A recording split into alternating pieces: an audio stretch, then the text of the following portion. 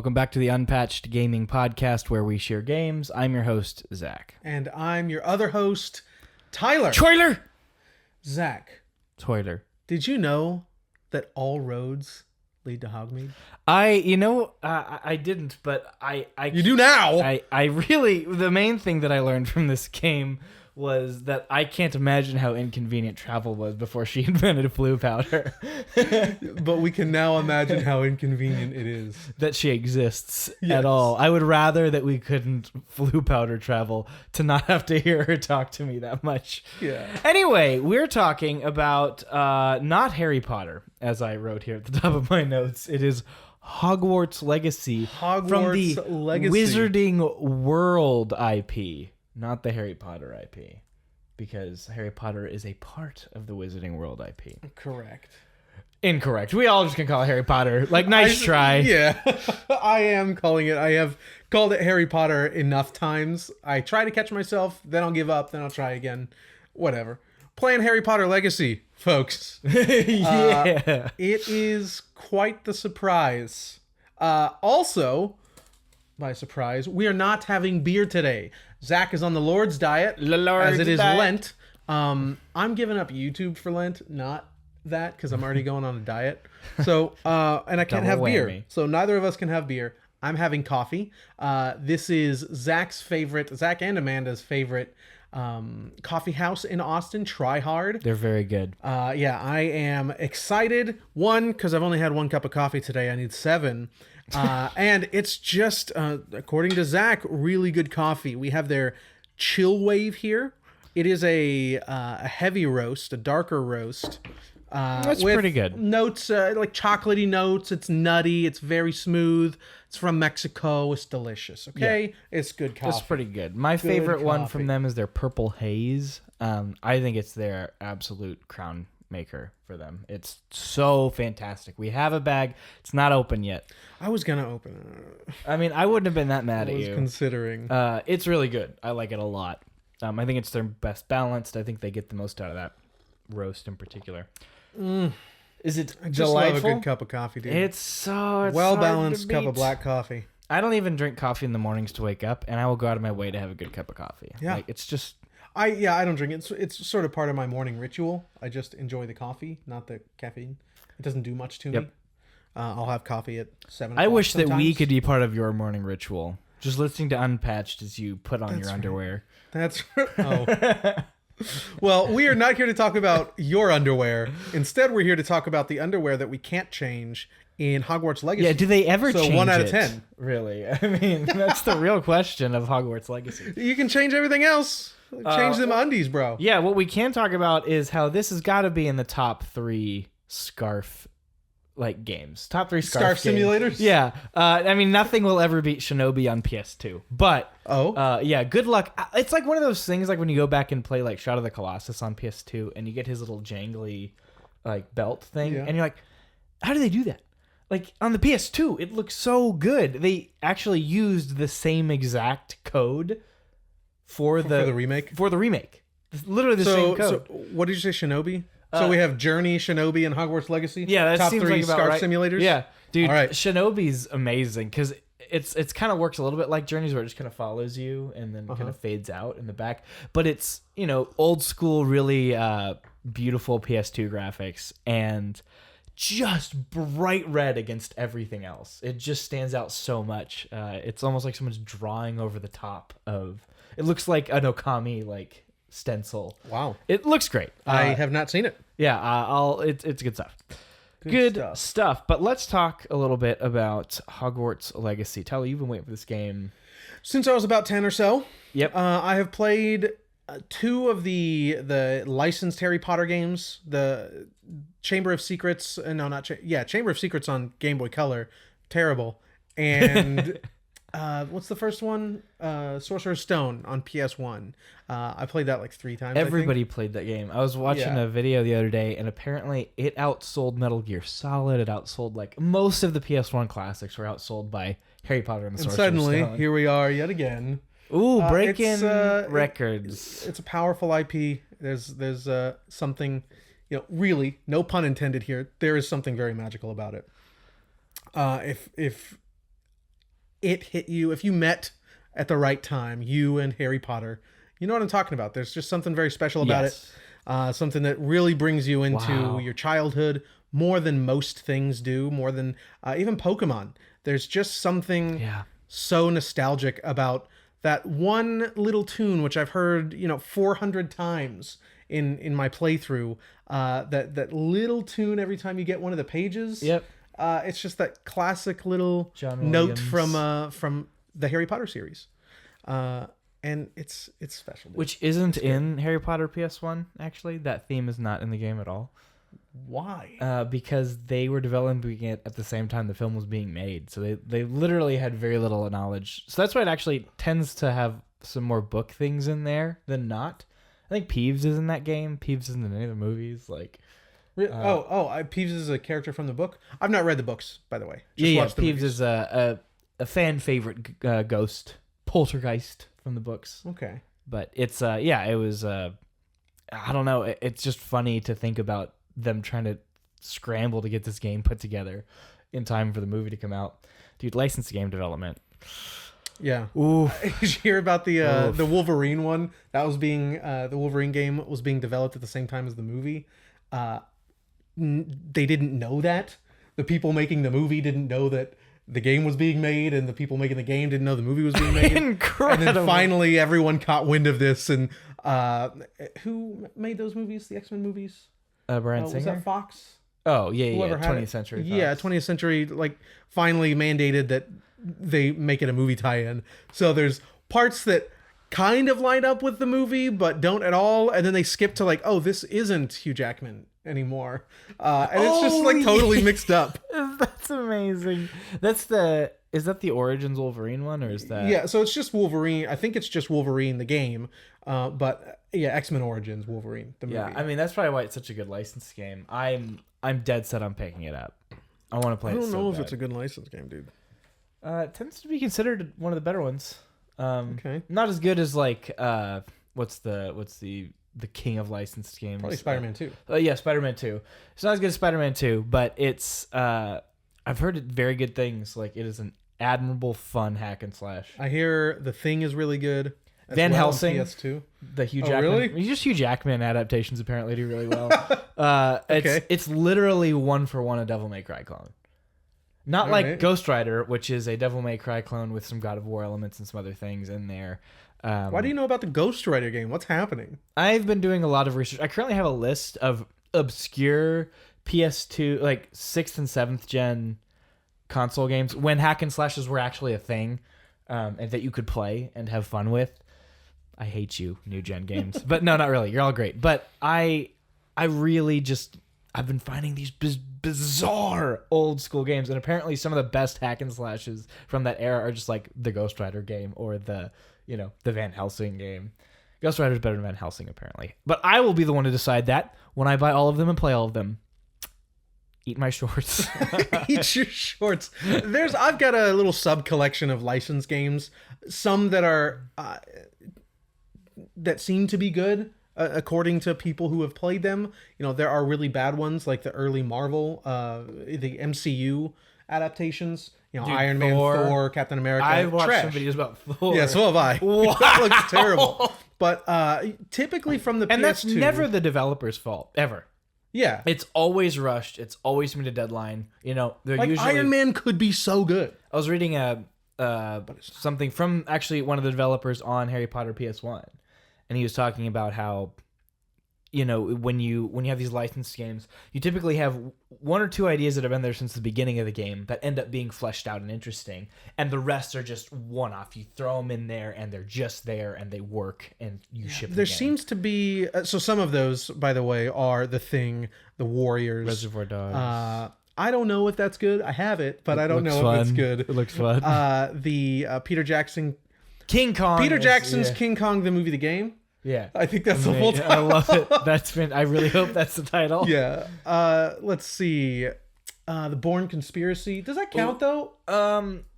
Yes, because I think it's technically a tie-in with Identity. Okay. I think it follows a lot of the beats of Identity. I can't remember exactly. But we seem to be entering into GoldenEye new resurgence GoldenEye has to be like the pinnacle of licensing. Like, it doesn't hold up as much anymore in my opinion, but when it came out, like that was, I suppose, that was everything.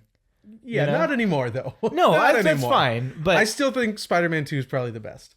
But we have this resurgence of licensed games that, they're not direct tie-ins, but they're doing, it's sort of a callback to Spider-Man 2, where sure there are movie beats in there, but this is a big open world game. It's an honest to goodness Spider-Man 1 or Spider-Man 2 game. It's just good all the way through. But we've got the Avatar game coming up. Actually looks pretty dang good. Yeah. We have Bethesda doing what is it? Indiana Jones, and IO Interactive doing 007. And it's a big deal. Yeah, this is pretty cool. I'm excited to see this. And then I think someone's doing an Iron Man game. Not an Iron Man movie game.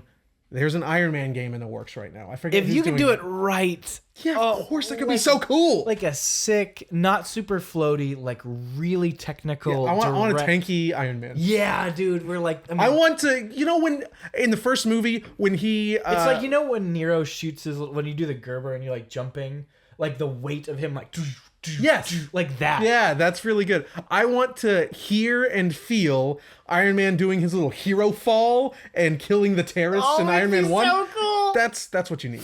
That's not dude, super that movie's floaty. Still really good. It's pretty damn good, dude. Yeah, it's still really good. All right, let's get started, but not before a quick break.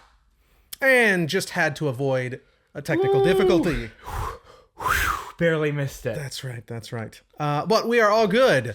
Let's jump in to this newly licensed game, Hogwarts. 16 minutes in, Legacy. We're done talking about all the stuff we were talking about. Let's talk about Hogwarts Legacy. We played it on PS5. My wife tried to play it on PC with older hardware. That still has not been patched as far as I'm aware. It was not she put it down to 1080p and lower, all the lowest settings, and still it wouldn't run well. So I mean, it's not a performance issue. No. Sorry, it's not a hardware issue. Yeah, it is a performance issue. I recall when we played hardware. What was it called? That Greek open world Immortals. Game? Immortals, yeah. I was playing that on new hardware, and I was getting like 30 frames a second on hybrid, high-end ultra. Well, it's designed for new hardware, any new game. I was getting 30 frames a second when standing there, and then moving it would drop to the 10. Oh, heard. Okay, yeah. I had terrible performance on that game. I had to bump it down to medium 1080p to play it. But then when I went back to capture a little more footage when we did the cast, they had issued a patch during my playtime, and I just didn't know. I never bumped it back up. When I bumped it up to ultra, it's actually a pretty game. Sure, it's just a bland one that I don't like. Pretty bland game. Yeah. Sorry, I know people are defenders of that game. There are some out there. You're just wrong. But I love you. Yeah, it was. Come over. I'll make you vegan chili, which is what I had to make for myself yesterday. You can't have meat on this diet? Mm-mm. All right, for real though. Let's get started. Performance. On this PS5. Is my vegan chili. How was it on PS5 for you? Pretty good. I mean, in terms of, so I ran it at fidelity and performance and balanced. I just kind of played through with each one a little bit. 3 or 4 hours on each. I played the rest of the game on performance. I liked it a little better. Just because it still looks great even on performance. It does. I didn't play that much on each, but I did toy around with it, and it looks great. But once you see the smooth 60, you drop down to 30. It's not a smooth 30. Amanda's been playing on fidelity the whole time, and it looks really nice. Like, I mean, I can definitely, if you're paying attention, you can see the little differences. But yeah, I don't know. I bet if she played it for 2 hours or so in performance, she wouldn't notice. She literally really doesn't notice difference between when I play and when she plays. But when you're doing it, when you hold it, it feels way different. Maybe, yeah. I don't know. But it looks great on performance. Yeah. I didn't have any technical issues, though I didn't play as long as Zach. I've been really busy this period between episodes. The adoption is really going through. It's getting there. It's really intense. Close. We're moving in 2 or 3 weeks. Really looking forward to that, but been way too busy. I put, I think, 17 or 18 hours in, and you finished it, right? I finished it, yeah. Yeah. So I've been able to play with all of the systems, I think, unless there's something else that is going to be given to me. I've been able to play with all of the systems. It doles out new mechanics at the rate of a JRPG. I mean, it's like, and then there's something else new, and something else new, and something else new. Like, it's really nice. It's really, yeah. And they're all competent systems. Yeah. A lot of people have been talking very poorly about this game. Like, it's just, I've heard a few times, aggressively mediocre. But these are from the same people that praise Mad Max or Ghost of Tsushima, which we like those games. Zach and I. Zach really likes Mad Max. I really like Ghost of Tsushima. But I can see that they're pretty basic. This game has way more going on than those. Though I don't know how in-depth the car building is in Mad Max. Maybe you could speak to that. Well, again, each one has its own thing, right? Like Ghost of Tsushima is the combat. The combat is very much designed to play to its unique strengths. And, how can we make it a very visceral, quick combat system where you are meant to manage 3 enemies at a time or a one-on-one duel? It's well executed. It's really good. For Mad Max, it's the cars. Yeah, the driving systems, the cars themselves, making it your own. All those things. Like, yeah, it's each one has its strengths. This one has its own little unique things that lend to its strengths. I don't see any difference, Really? In terms of these games. I think they're all sure, building on a base that's fairly cliche at this point, the AAA open world base. Yeah, it's doing all of those things. The cluttered map, the liberation missions, everything seems to be on a timer. All of your missions being doled out to you, they're on a timer. The crafting you do, a lot of that's on a timer. But it feels a little different to me. I also don't play a ton of these games. So please take that into mind with pretty much everything I say about it, any defense I have. I play one of these games every other year. The last one I played was Ghost of Tsushima. I tried to play, the robot dinosaurs, Horizon Forbidden West. I put about 2 or 3 hours into that, and it just felt really bland. It was a pretty slow build for me. And that would be among the most unique and in terms of like what it brings to the table. Really? Game. Oh, just the combat. The combat. The enemy design and the combat is really rich. Let's talk about combat. Sure. So really rich combat there. Probably more interesting than most open world games. Would you say? What are we talking about? Horizon. Yeah. Definitely. Yeah. If we're talking about just open world games, in general, which ones have the best combat systems? I don't really count Metal Gear Solid 5 as an open world game, but if you do, obviously that wins. But, if you're talking just pure combat systems, Horizon and Ghost of Tsushima both really come out of the gate swinging with strong combat systems. Yeah, so Tsushima is what I wanted to talk about most. And so Tsushima, it's the system itself, and Horizon's the enemy design and how you interact with the enemies. Like, the enemy design in Horizon is why to play the game. It's so strong. Yeah. Consistently. Yeah, the combat itself, or rather, the things I was doing, the moves I had, the buttons I was pressing, it didn't feel particularly unique. Yeah, you have a couple traps, you're you right, got some really generic melee, and you have a couple different arrows you can use, a handful of different arrows you can use. Yeah, it's not mixing up the enemies in different arenas, that's what makes it interesting. One enemy 8 times, you can find new ways to engage with it. Like, dude, I loved when I discovered in the first game that you could knock off the giant, like, it's these disc launchers almost on the T-Rex. It shoot these laser discs, like Bakugan discs at you, and you can knock those off, and then you can run over and pick them up and start launching them back at the T-Rex. It's amazing. Or the Thunder Beast or whatever. So Tsushima, I liked Tsushima way more than you did when we played it. Yeah. And over what's been 2 years now, it's been brought up in conversation a few times with different people, and I've come to the conclusion that I really like that game. I didn't engage a ton with its open world mechanics. I didn't do a ton of the liberation stuff, but I enjoyed the mechanics. It made me feel really good, and it was something that I could master, though I didn't. That I was losing plenty, but mastery felt attainable in a reasonable amount of time, where a lot of action games don't. That's why I don't like them very much. Not that they're bad, they're not for me. But Ghost of Tsushima also sort of came to mind when playing this game for you, right? In a weird way, in a roundabout way, yeah. I've been thinking a lot about action games and kind of initially mourning the loss of, the PS2 and Xbox 360 eras where just pure action games, just hack and slash, that kind of game was way more common. Lots more AA productions still coming out, lots more, I don't know, it's just more saturated in that area. And I liked that. And I was kind of mourning and going, well, this is dumb, and, we'll never see games like that again. But the more I look, so Werewolf the Apocalypse, Bloodlines or whatever, that's an action game, AA action game. You can call it crap or whatever you want. Like, I had a good time playing that game because the action's really fun. You have Ghost of Tsushima, which, break down its systems. It's an action system. Anything that could have easily just been RPG-ified to no end. It is a skill-based system where you have a simple skill tree that you unlock to improve your ability to engage. There's no stats you're putting into. You unlock a new move, which is either a new way to defend or a new button combination, a new combo with a specific weapon.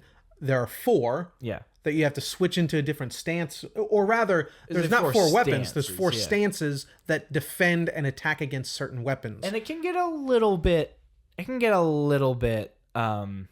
rock, paper, scissors-y for my taste. That's the one thing that keeps me from really praising the combat system in Ghost of Tsushima. But you don't have to play that game. That's what really you can play around having to play the rock, paper, scissors thing with the stances, and you can just fight. And the base is there, right? It really does a good job. I see a little bit of that. Not to the degree of Ghost of Tsushima, but a little bit of that here. So I kind of ended up comparing it more to a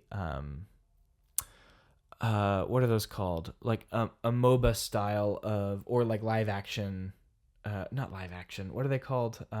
Like what was Marvel's Avengers? What do we call it? Live service. There you go. Yeah. Like a live service combat system, where you have your set, your set moves that you slot in and upgrade and tweak with RPG elements or whatever, but a lot of that stuff stripped out and more freedom to switch between and mix and match, which I think is great. That's a great decision.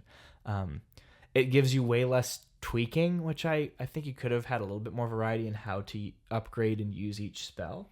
Yeah. But again, it's I think we're going to come back to this a lot. Who's the audience of this game? If my wife has 40, 50, 60-year-old colleagues who are picking up a PlayStation to play this game, who are going to play it on story mode. And you shared a video with me once of this precious little old lady who, was trying to get rid of a PlayStation 3 or something and couldn't get rid of it. So she's like, fine, I'll just buy some games and play them. And she's like a huge Shin Megami Tensei nerd. Yeah, she plays and owns every S&T game. Like, people like, it's a gateway into those things. And I think as an entry point to what video games are, you really can't do much better than this. This is what a modern video game is. And it's very inviting. There is some depth if you want to engage with it. Very light depth. But it's a little bit there where if you want to push a little bit deeper. And a lot of interweaving systems, though. You go out and you forage for resources. You bring them into the room of requirement, which we're definitely going to talk about in a few minutes.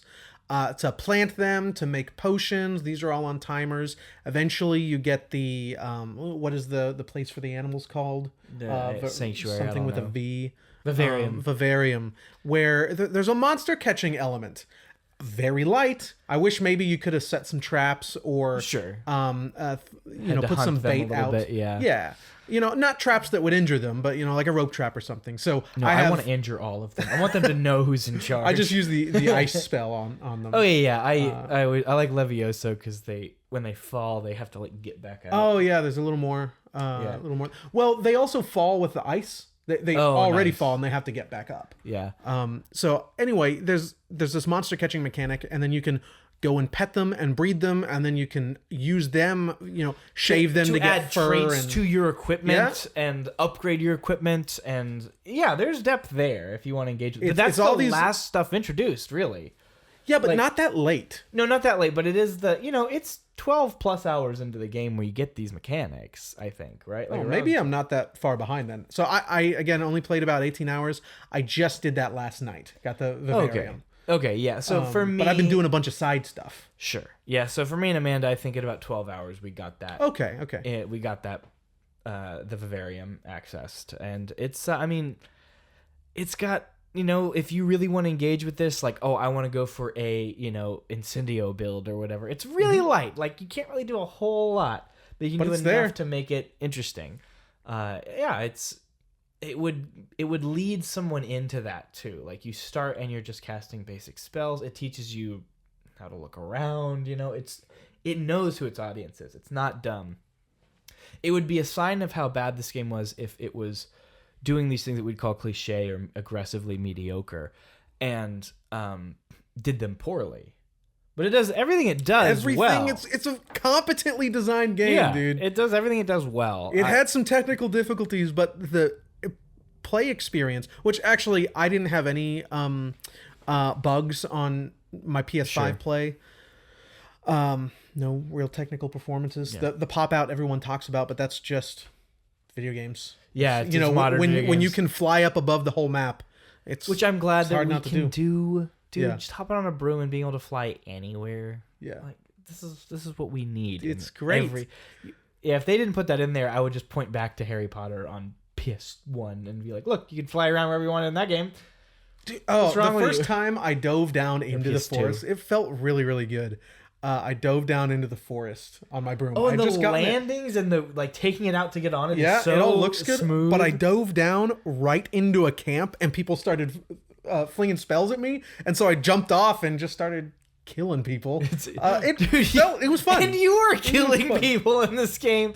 I love I don't have any of the curses yet. Oh, I have. Yeah, I got all of them.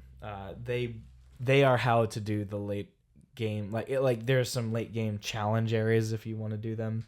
That's the only way to win is the curses. So about it being accessible, but not too deep, or accessible because it's not too deep.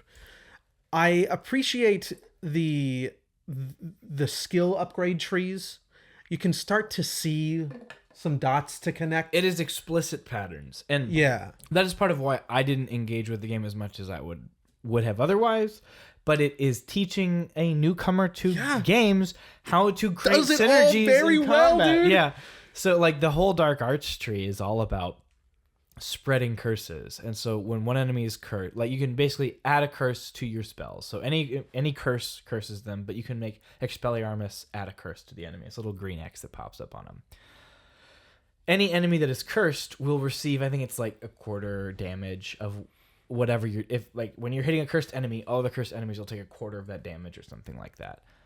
You can get some high damage spells that aren't the curses at the end of the game and just obliterate a bunch of them at once, huge chunks of health all at once if you're spreading the curses well. Crucio, when you finally get Crucio, you can cast it on them. It doesn't do a lot of damage. It stuns them for a pretty extended period of time, but the upgrade for it is if you keep casting spells, even the basic spell on that person, it will spread the curse to people around them. Nice. And break the shields of anybody that it touches as you do that. So you can get 6 people cursed just with, Crucio and hitting them a few times. And then the final upgrade on the Dark Arch tree is Avada Kedavra kills. If you kill a cursed enemy, all cursed enemies die. So that's crazy. You're just killing 8 people at once. You're and dusting your hands off and moving along. Avada Kedavra has a long cooldown though. I think it's 4 times longer than the longest otherwise. It's it takes a long time. Even if I finish an encounter and go to another one, it probably won't be recharged yet. It's a beefy one. Yeah, That's a lot. It's really satisfying to see your 15-year-old kid go Avada Kedavra. Like he's like really like this kid has some things to work through. Whoever this kid is for you. Because how late do you get it? It's like, I mean, I got it right before the last like 4 or 5 missions. Okay. It's. I really don't know late. if I'm gonna finish it. I have not stopped having fun yet. I just have not had time to devote, what I wanted to the game. I can't decide if I want to hit the backlog or continue, because it's fun. It's a good place to be. Yeah. She says I always play a female character. Every time I go to Hogsmeade, there's no place as cozy as Hogsmeade. You're like, you are because there's not. It's great to be there. You are correct. Yeah, let's talk a little bit more about that then. The little details that make up the open world here, like the litany of little details that pull you in. You could have just made this game, and I think I would have in some cases preferred to just have been Hogwarts and Hogsmeade with a Forbidden Forest, and that's it. Yeah. Because the amount of detail and life packed in there. You can follow professors around and like listen to them. Professor Black, the headmaster, will scold some kids for bullying. Okay, so they set this kid's book on fire because he's a half-blood and they're purebloods, and they set his book on fire. And he's like, oh no! So Professor Black comes up and glacius, the fire out, but then freezes this kid's book to the ground. So the kid is like trying to pull his book up, and then he scolds the children. Not for bullying, but for wasting their pureblood time on a half-blood. Oh, no. Dude, it's incredible! Just little things like that. All the professors have so much life. The internet is thirsty for Professor Garlic. Of course. Like, thirsty. Wait, which one's Professor Garlic? The herbs and yes, plants. of course they are. Yeah, it's... She's the cutest person. Period, yeah. So... Even Katie walked in, she's like, oh my god, she's so cute! Yeah. She's precious. I found her like 7th year like medal upstairs in front of the headmaster's office. I can't believe I can't imagine rather what's on the internet. Oh, I don't want to know. Don't about even that. know. Of course they're thirsty. Yeah, it will happen inevitably. Dude, it probably only took like 5 minutes. No, I just mean like I'm sure when something occurs, it will happen. Yes, I'm sure some Rule 30, is it Rule 34 artist was playing, and they walked into the herbology class and then just put the controller down. I must be the first. Incredible. Oh my goodness. But yeah, the castle has so many secrets and things that you'll miss, if that didn't have to be there. I prefer to explore the castle with the map off, getting really lost. Because it's huge and winding and twisty. It feels like a magical castle. Yeah, it was hard to get my my bearings. Yeah. Even with the map. Yeah. I didn't play with it off. If it was just the castle in Hogsmeade, I probably would do that. Because I do it in a lot of games. But I looked at, when I finally got the world map tab in my map, I was like, oh, I wasn't expecting that. Yeah. So I started fast traveling a little more just to try to... I was limited on time. Yeah. But I would, if it were just the castle in Hogsmeade, absolutely. And just get lost. So lost. And run into weird little encounters. One of my favorites is the 2 knights in the hallway right outside the Great Hall. As you go towards the Great Hall. They like, one of them's coughing and the other one's like slapping him and nudging him, and if you pass them enough times, you'll eventually pass them and he coughs, and the other one grabs him, throws him to the ground, and just starts smashing him to pieces really violently. When I did it, when that happened during my playthrough, it was because the other one was singing. Oh, instead of coughing, he was just humming, having a good time. The other dude's just a douchebag, just doesn't like joy. You'll pass like the big painting in the main hall, like in just the bard. Yeah, the bard is just playing music, and you just stop and listen.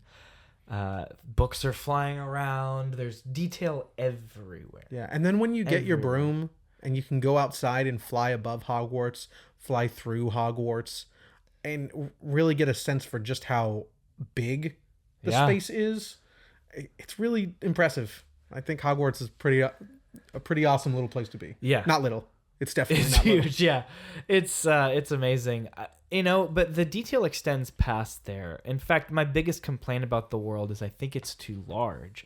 I would have liked to see it condensed, pushed in really tight, where there's something like where I didn't feel like I had to just fly over a bunch of forest to get to my next objective, where like everything was just tightly packed and there's something here and then a little thing here, there, like everywhere you look. Because there is some elements of that Breath of the Wild design where I look, that's interesting, let me go there.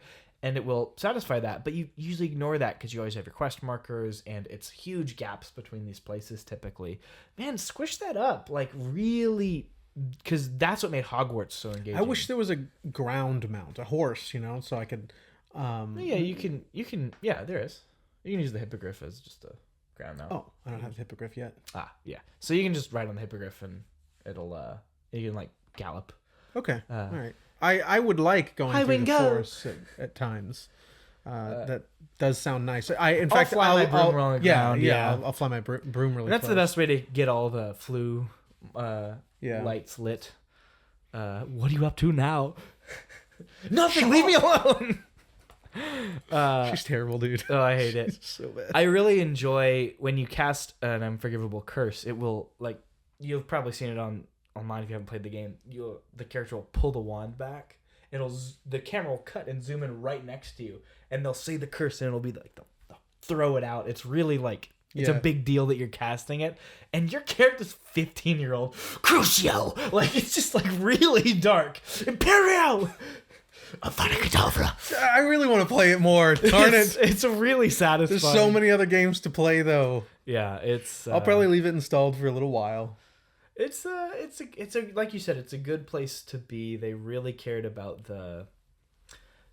You can talk more about this, I think, than I can, but they were true to the language that they developed for Hogwarts. So Harry Potter is 20 something years old at this point. The series, the Wizarding World, and didn't the book come out when was the first book? It was like mid-90s, right? I thought it was late 90s. Something like that. Maybe. Yeah, mid to late 90s. The first movie was 01, I think. Okay. So, it's 25 years or something. Something like that. And over this time, so many people have added to the language of what the Wizarding World is. And I don't just mean... What I mean is the design language. Of course, there's everything from the books, all the details in the books. Which changed halfway through the movies. But there's the sound, Lumos making this little noise when it lights. That comes from the movies. The music coming from what's his name? Williams. John Williams. The way the spell lightning, like the foamy lightning, coming from whoever the director was after from 5 on. David Yates. That's right. Yeah. So he picked the series up at 5. The Patronus, the way that's visually represented, and the Dementors.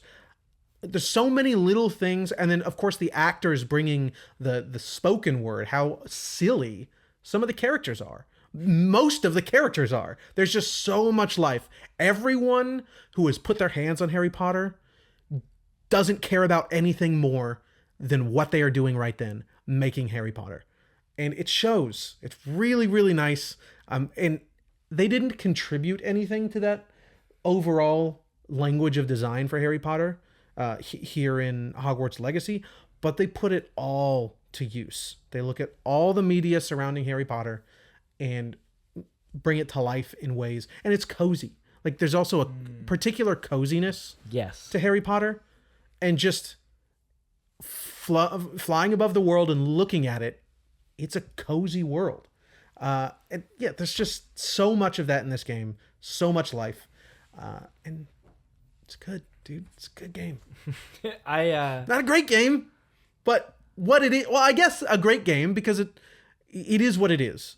It's doing that pretty expertly, in my opinion.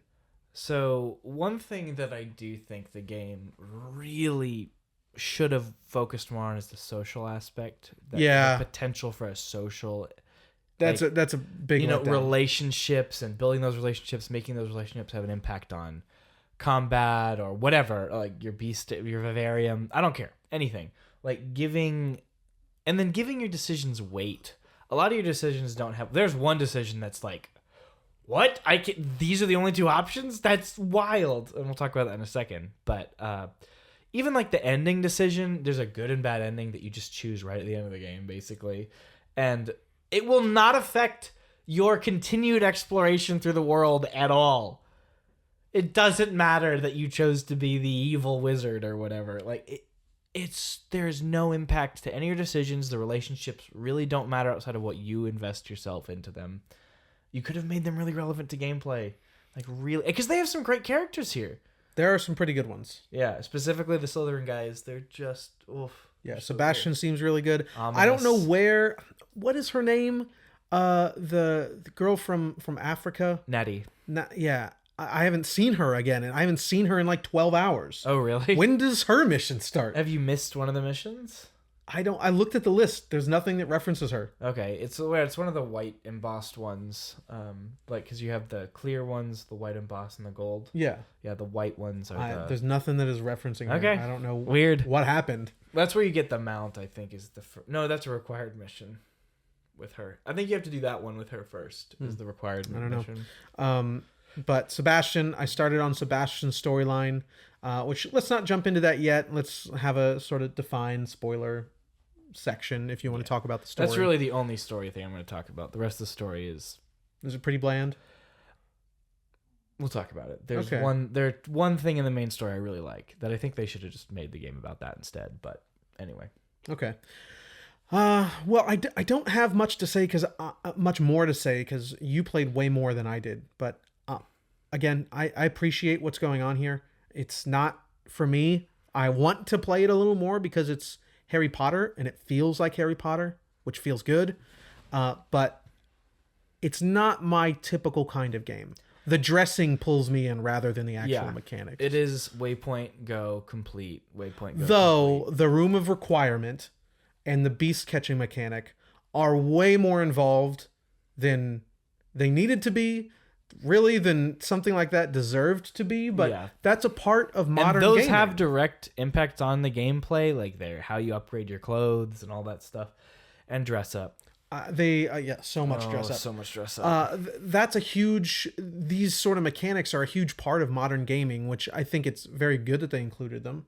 But is odd that they didn't double down on some of the the life sim, the dating sim sort of stuff. Yeah, Persona they 5, really could have. Which that's a huge part of modern gaming as well.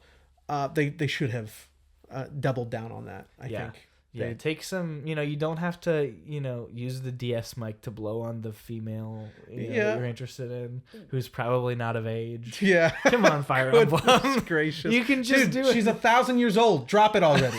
Then why did you draw her like this? Incredible. Oh, amazing. So yeah, let's talk spoilers then. I don't have much more to say either. It checks the boxes, but it does them with it's the attention to detail. Yeah, and the intention of being my first video game. Yeah. It's doing that so well, man. It's well presented. They do an excellent job. I could not convince myself to tell you this game is not well made. I can't do it. Like even the things I didn't like about it, it's well made.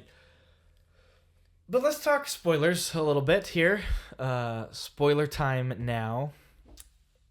So we have the main quest is pretty simple. You have the ability to see and use ancient magic.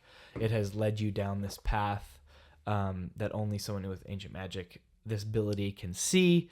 That's where the game starts, and you encounter the 4 keepers of the ancient magic, and as you encounter each one, they reveal a little bit more of the story of why they're protecting it, what's going on here, what's the issue, why is this so under wraps? Why did I have to go through all these trials? All that stuff. And really, I didn't care much at all about any of that until I hit the pensives and you see their memories. And you get this really interesting story about the Percival Rackham is the main wizard guy there. He can see ancient magic as well and use it. The other 3 keepers cannot. but they are in on the secret. And he finds a young girl who, just like you, started as a 5th year, and is a very capable spellcaster and can see and use ancient magic as well. And her father hasn't spoken, has shut down after the death of her younger brother. And she asks, like, well, we have all this power. Can't we just take his pain away? Can't we just take his pain away? Can't we just take his pain away? And my second favorite line in the whole game, is Percival tells her, like, I know it hurt. I know it sucks. I know it's hard. And I'm paraphrasing, obviously. He says, but it is not your pain to bear. I really like that. I don't think people talk about that a lot, but like, we always go this, like, I want to make it better. I want to like fix you. I want you to be okay. And it's like that's theirs, and they have to work through it. It's part of being human, is working through that stuff. And like, if you had the ability to just take all that away from them, you'd be robbing them of humanity. And that's the whole theme of the game. She starts to forcibly take pain away from people with her power. Oh, really? Yeah, I haven't gotten to that point yet. Yeah. I got to the point that you were just talking about. This reminds me of in fact, this happens all the time, where I will read something in my devotional that is directly applicable. Yes. That morning, I read that day's passage in your utmost for his highest. Yeah, my utmost for his highest. And it was about depression, and talking about how, not calling depression a good thing, but talking about the importance of grief and pain. And he said that how did he put it? Without depression, we wouldn't have a capacity for joy. And I just thought that was a really interesting way to encapsulate that part of being human that you're talking about. It's kind of required. Yeah. I love to Gene Wolfe said, it is a paraphrase as well, the greatest gift of a good God to a broken mankind is to let them still feel pain. Like, to let them feel pain. Because if they didn't, like, if we'd never felt pain, if we weren't grieved at the loss of the people we love, if we weren't forced into this introspection and like really, really nasty feelings, like, we wouldn't even recognize anything going on as bad. Like, we wouldn't look at 6 million Jews being murdered and mourn and be sad. Like, that sounds way worse to me than it's like not feeling pain, than feeling pain. Like, what were we just that's why you pull your hand away when you burn your hand on the stove. Yeah, the book we were reading together, it talked about, and I forget what it's called, but a condition where you can't feel, like, you don't have sensations, so you don't know you're hungry, you don't know you're thirsty. That's what it was. Yeah. There's conditions where, like, you can't feel the pain. Yeah. And it's kind of like, if you didn't have a capacity for depression and sadness, it would sort of be that way for your soul. You don't. It is integral to humanity to be, and to learn how to deal with death and pain and put them in their proper place, to treat them the way they should be treated, as, wrong and icky and hard, and, especially, these deaths that just should never have happened, and being able to talk about it like that and then move on, It's an interesting little story, and that was the only time I was really engaged. Every time I found a new pensive, I'm like, oh, what are they going to say? What's she going to do? What's going to happen next? You go through this cool little, my favorite section in the game, where you take Polyjuice Potion to look like Professor Black, because you want to. I was wondering if he would do Polyjuice Potion. Yeah, so you have to look like Professor Black, who's played by Simon Pegg, and is so funny. He's just playing this buffoon of a man. And you look like him, and you have to go get the password for his office from his house elf. And you just are causing chaos. Like, the Quidditch lady comes up, no, you have to reconsider canceling Quidditch. You don't understand. And he's like, he's like, I'm sorry, but the pure blood was hurt on the field, and you're trying to like imitate him or whatever. And she's like, just taking it to extremes. I have half a mind to write to the ministry on you. Oh, you should. I'll provide you the paper. And like, it's just really funny. You can go up to the grand hall and stand in front of and go, for the notice, the banners will be my house banners, and you put up like whatever your character's house banners is in the grand hall for the rest of the game. For the rest of the game? I think so, yeah. Goodness. You can just do stuff like that. Professor Sharp, the potions professor, comes up. He's like, sir, I have the potions ready for you. Oh, yes. Don't Donald tell me what's going on. And he's like, oh, sir, I think it should be in private, don't you think? He's like, no, anything you can say to me in front of the students. He's like, well, I have your boils potions, sir. And you're like, oh, I sure hope you brewed enough. Have a student send it to my office. Like, it's just... It's really good. So where is he? The Professor Fig has taken him to go get drunk somewhere to distract him. Oh, okay, you're working together on this. Yeah. Okay. And so it's just really funny. So you do that, you get to the next pensive, and then you go through a like charcoal sketch. The whole world turns to this charcoal sketchbook aesthetic, and you go through the Deathly Hallows, like it's the story in a weird little way. It's just little things like that, man, that really stand out as strong, well-made, well-designed, good storytelling beats. But the story itself is totally meaningless outside of the little pensive memory things, I think. And, of course, the Polyjuice Potion part. It's not engaging. It's not very interesting. It serves a way to you to move through it. It tries to be this story about, like, prejudice and just hatred. And it doesn't really work out as well as the pain stuff from that. But then you get Sebastian's story. So Sebastian Sallow is by far, it seems to be generally agreed upon, the best addition to the game. Him and Ominous Gaunt, who is either the grandfather or great-grandfather or something of Voldemort's mom. So Ominous is blind, and he uses his wand to navigate really interesting little mechanic there. Interesting little, I don't know, piece of wizarding lore. I'd never thought about that before. It's interesting. But anyway, Sebastian is going through something similar. His sister was cursed with some unknown curse, and she suffers constant pain. She can't go to school, and he wants nothing more than to make her feel better. And he goes through a very similar process as Isadora, the ancient magic controller from the Pensive Memories. And, he wants to make her better, and he keeps pushing the boundary and pushing the boundary and pushing the boundary. So you get to know him, and he just wants to make his sister better. And he finds out from Ominous that Salazar Slytherin has a secret scriptorium. That's a lot of S's. Salazar Slytherin has a secret scriptorium.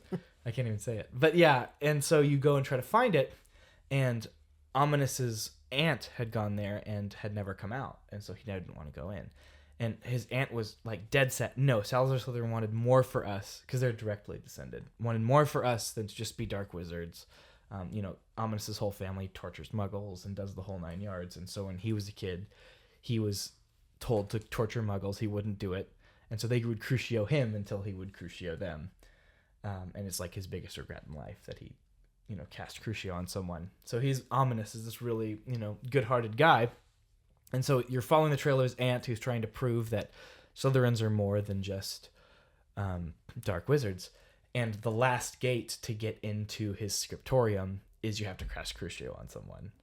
Because Salazar Slytherin just firmly believed that this is what no wizard should be willing to compromise on anything. Like, you need to be able to go the distance.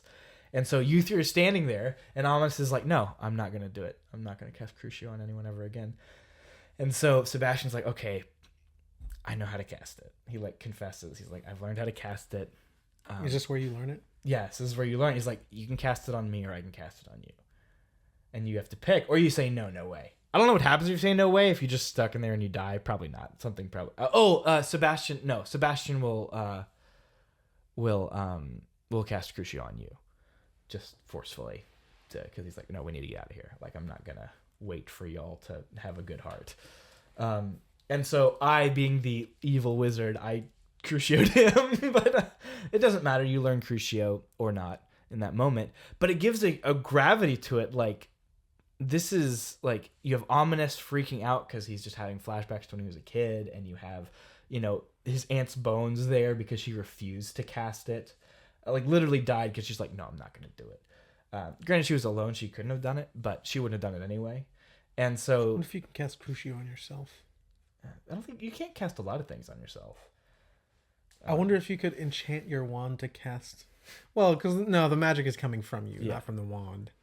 It's channeled through the wand. But yeah, so it's this great moment where you actually feel the weight of Crucio. You're never punished in-game for using the unforgivable curses, but I felt like crap using it for a while after that because like it really made you like earn it mentally. Like Ominous is like, he's like, Ominous, you need to forgive yourself. You need to just get over it. We need to cast Crucio. And he's like, no, the entirety of the unforgivable curses is the only thing is you just have to mean them. So I wanted to torture that person. I wanted them to feel pain more than I wanted, like I would rather that they feel pain. And I pushed that on them. I desired them to be in pain. So how does it would make sense that Sebastian does it on you forcefully, but then how do they justify you doing it just for the sake of getting out of there? You mean it. I want you to be in pain. I want you to be in excruciating pain because I want us to get out of here. I want this for you to be in this much pain. It doesn't that just be the first thing. You know, it could be for any other reason, but you have to mean it. Like that's why I love in the fifth movie in the fifth book when Harry tries to cast Crucio on Bellatrix and it doesn't work. It knocks her over for a second, and Voldemort comes up and he's just like, "You've got to mean it, Harry." Harry can't mean it even on Bellatrix. Like right after she killed Sirius, because he's just such a good person. Why is that not in the movie? It is in the movie. What? Yeah, it's in the movie. It's like my favorite part of that whole movie, besides the duel that happens right after that.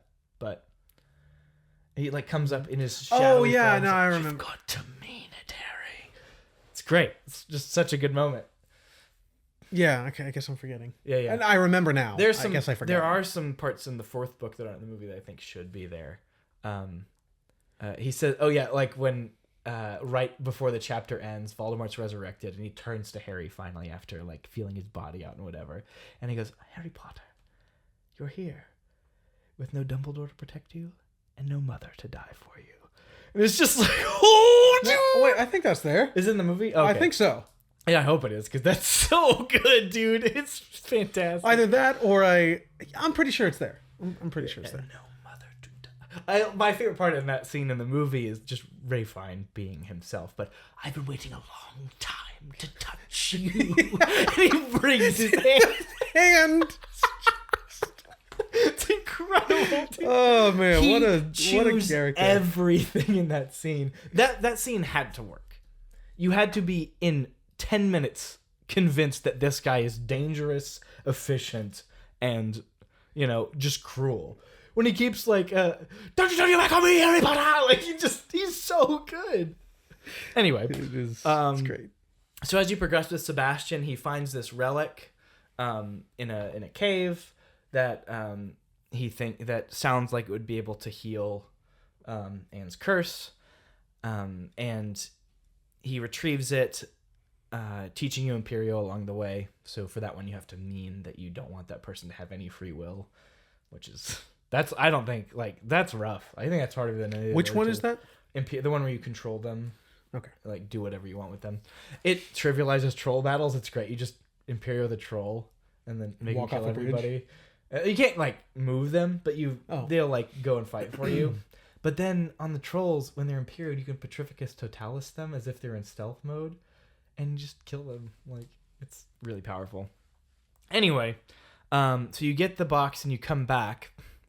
And the village is on fire. The goblins have attacked the village, and one of them is about to kill his sister. So he casts Imperio on the goblin and makes the goblin kill himself. But his uncle sees it. His uncle is the caregiver for him and his sister, and says, "I never want to see you again. Don't ever come back." He was an Auror. He said, "I don't want to ever see you again. Don't come back here." And so this just kind of sends him further down this path. And so he goes and gets the relic, and he starts using it. Sebastian does. He starts using it. It summons all these Inferi, and you have to go and tell him, "Hey, quit. We can't do this." Well, his uncle shows up to stop him, and he destroys the thing, and he's like, you got to stop doing this. Like, you're going too far. Like, you know, you're using dark magic. You're using this thing that summons all these evil things, and you're not considering anybody. Then you have to help Sebastian fight his uncle. I wish you could have just told him, like, no, you got to fight your uncle, dude. Which ends with Sebastian Avada Kedavraing his uncle and then teaching you how to use Avada Kedavra. But he literally kills his uncle. And so his sister shows up and she's like, what is wrong with you? Like, what is wrong with you? So she burns the book. She like gets rid of all the stuff, all the progress he's made to try to help her. And as she leaves, he says, Anne, what have you done? That's his response to her. Like, what have you done? He points to her, the person he's trying to help. What have you done? You're so stupid. Like, he's just gone, dude. He is so consumed with... I wonder if you can help the uncle. Because you're given some dialogue choices. You can't. I know that. I know that, unfortunately. That's part of his arc is reaching the point where he kills his uncle. Which, again, you have to mean it. You have to want him dead. And so, and you know, what have you done? And so when you leave, if you want to learn about a Kedavra, you have to affirm his action. You have to tell him you did what was right. It's okay. I didn't want to tell him that, but I want to learn Avada Kedavra really badly, so I told him. So you learn all the curses from his storyline? Yep, because he's learned all of them. Yeah, he said every wizard should know how to use them. So it's this really good little through line of, like, you know, wanting so badly initially to just take away her pain without considering her agency at all in any of it. Like, no, I don't want this to happen to you, Sebastian. I don't want you to go that far on my behalf, ever. And he doesn't care, right? He overrides her agency to take away her own pain, you know, like all this stuff. It's exactly what's happening in the main story. It's a great parallel. Told even better than the main story. Like, it's really good because you like Sebastian and you want what's best for him. You see his uncle definitely being too protective and not engaging with Sebastian and being sympathetic, but you also see him making the right decision. Like, no, we're not going to use dark magic. We're not going to, you know, risk these things that could hurt so many other people just to heal your sister, you know? And there's some hints in there that he used dark magic and that's why he got kicked out of the Aurors. You know, so like it's really complex, a lot going on there, and it ends. You can either turn him into Azkaban, and he will literally go to Azkaban. He will not be in the game the whole rest of the game. He won't be there. He's just in Azkaban. It's pretty good, dude. This sounds pretty good. Yeah, or you can choose to forgive him, and if you forgive him, he actually comes around, but Anne refuses to see him. His sister refuses to see him ever again. And he says, I hope one day maybe, but I know that, like, I went too far. Like, he's genuinely remorseful. He hits that point where he realizes he went too far once she cuts off all contact with him. It's really good, dude. It's really good. I liked a lot of it. If he gets sent to Azkaban, Ominous takes his place in the final cutscenes and stuff. You find out that a goblin didn't curse his sister, that it was Rookwood and, like, all these other little details, but... he's the only character that gets a post-game cutscene with you one-on-one. Sebastian or Ominous, depending on what you choose. They knew. They had a really good story on their hands. Mm-hmm. You see what could have happened, especially if you had a relationship mechanic where you were building a relationship with him through this, and then that was part of a factor. Like, they could have... Oh, dude, it's such a good... It's good writing. I was really impressed with this quest line. Especially with how it synced up with the main story. So, yeah, it sounds great. There. I might try to finish it, but the quests are all on a timer, so yeah, it's like you have to have completed a certain main quest and then wait, you know, however long. Yeah, but it does sound good. Really, really interesting. I'd like to see that through. Yeah, dude, that's rough. Not considering the person who is grieving, who's in pain, not considering their agency. You want to help them so much that you're willing to, like, you know, and it ties up with him being willing to cast Imperio. He's willing to override other people's free will. You know, he's reached that point already. And so it's just part and parcel. All the curses, dude, they go right into his story. It's good. Well, it's well made. It's a well-made little quest. Sebastian is just a really strong character. It reminds me of one of my family friends. Like this, I don't know how someone does this. Like, it seems so selfish to me. One of our friends' father was in a car accident and put in the hospital for like 2 months. He's in a coma, and their mom wouldn't take him off of life support, and so now he's partially paralyzed and has permanent brain damage. Oof. And is just not that person anymore. Can't write, can't hold his grandchildren properly, can't work anymore. At what point do you just have to let somebody go? I mean, it's like Amanda comes home with stories a lot about families who, like, we are already so bad at dealing with death as a culture that it just adds to the fire. You know what I mean? Like, we are really bad at talking about death and dealing with death. Well, all our kids' stories now, dude. Like, look at kids' stories from, the 1800s. You got, Hans Christian Andersen, where every single one is about death. You read these to children, because they were way more well acquainted with it. I don't think it was you. No, it was a friend of mine. He's a chaplain for hospice patients. And he says, you got to remember that literally even back in the early 1900s, when someone died, the family would just leave them on the kitchen table for a few days until, everything came through and things were ready. Like, the dead body right there, everybody would pass it, and nope, they're dead. There they are. And so the kids would see it, the family would see it, they'd have time to say goodbye, and then whatever process happened at the time would happen. People died way more often. Kids died way more often. Like, we've really been able to pacify a lot of these mortality rates, which is a good thing, right? More life. I love that. But it has made us very, very bad at talking about death and dealing with death as a culture. I'm very grateful for movies like Pinocchio, Del Toro's Pinocchio, which is all about death. The whole movie is about just a guy who cannot let go and see the new life in front of him. It's way more about Geppetto than it is about Pinocchio. And that was a great choice. Great movie. It's a good movie, dude. I was weeping at the end. So yeah, I'm grateful for that stuff. I think Del Toro has a very strong understanding of what the heart of a fairy tale is. So yeah, it's hard, man. It's hard for people to face that. It'll be hard for me to face it, I'm sure. But I feel like I've done a little bit better job equipping myself for that moment. We've definitely taken time to equip ourselves for death because we understand the importance of it. And we've had to face some from close friends and stuff, not just like grandparents or something. That's helped, working through all the cliches you hear. Oof, yeah, it can get rough. But anyway, yeah, Harry Potter's about death.